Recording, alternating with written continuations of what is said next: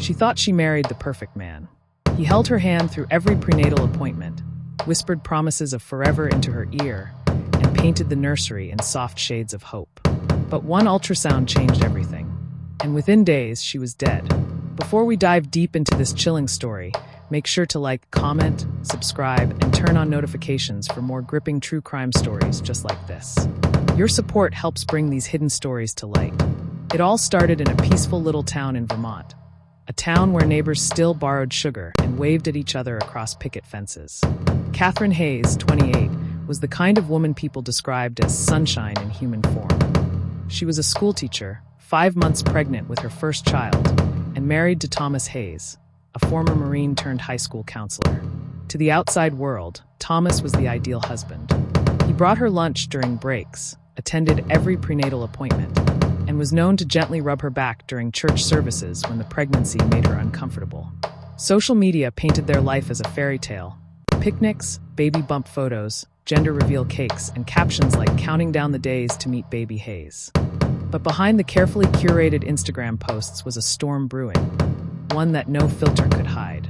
On the morning of July 2nd, Catherine had an appointment for her second trimester ultrasound. Thomas was unusually quiet during the drive, but she chalked it up to nerves. After all, this was the moment they'd find out the baby's gender. Inside the room, the technician smiled and began the scan.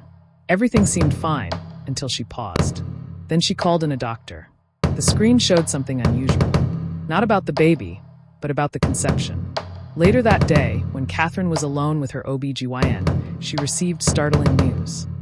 The timing of the pregnancy didn't align with the dates she had been told by Thomas, who'd been away on a work training retreat during the supposed conception window. The math didn't add up. Shaken and confused, Catherine did what many women might do. She confronted her husband. That night, neighbors heard shouting from the couple's home. No one called the police. After all, everyone argues now and then, right? What no one realized was that the truth Catherine had uncovered was more than just an awkward timeline. The next morning, Catherine didn't show up to work. Her coworkers assumed it was pregnancy-related and left it at that. But when she didn't return calls or texts for 2 days, her sister, Rachel, grew suspicious. Rachel drove over to their house and found the front door unlocked. The home was eerily quiet. Catherine's phone was on the kitchen counter, her purse still hung on the chair. But no sign of Catherine. Or Thomas. She called the police. Within 24 hours, authorities had launched a missing person investigation. Thomas, however, wasn't missing. He turned up later that evening at a local motel, disheveled, drunk, and alone. When questioned, he claimed Catherine had left him after a fight and that he was giving her space.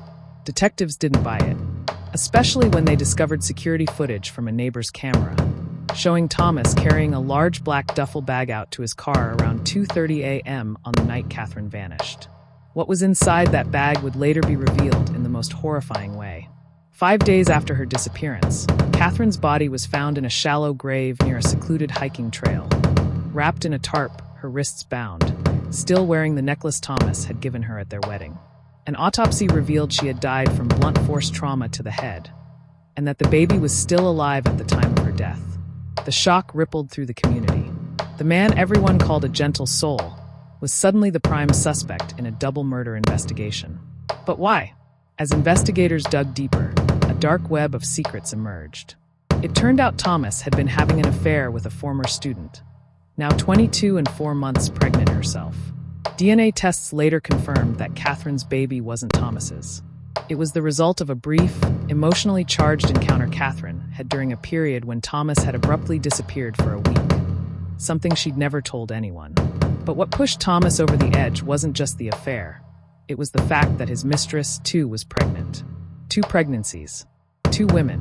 One man with a fragile ego and a lifetime of buried rage. In his twisted logic, killing Catherine was a way to erase the shame and start over with a clean slate. He had planned it all, right down to renting a storage unit where he had hidden duct tape, gloves, and a tarp weeks in advance. The trial began 6 months later. It was explosive. Text messages, surveillance footage, and testimony from his mistress painted a chilling picture of manipulation, deceit, and calculated murder. But perhaps the most heartbreaking moment came when Catherine's sister took the stand, tearfully reading a letter Catherine had written in her journal the night before she died. I'm scared of him. Not physically, but emotionally. It's like he's not the man I married anymore. The jury deliberated for just 4 hours. Thomas Hayes was found guilty of first-degree murder and feticide. He was sentenced to life without parole. Today, a memorial bench sits in front of the elementary school where Catherine taught, engraved with the words, "For Catherine and baby Hayes, forever loved, forever missed." Her story became a rallying cry for awareness on domestic violence, proving that behind even the most picture-perfect couples, dark truths can lurk in silence. Don't forget to like, comment, and subscribe. Let us know what you think about this tragic case, and turn on notifications so you don't miss any upcoming stories. Stay safe, stay aware, and always trust your instincts.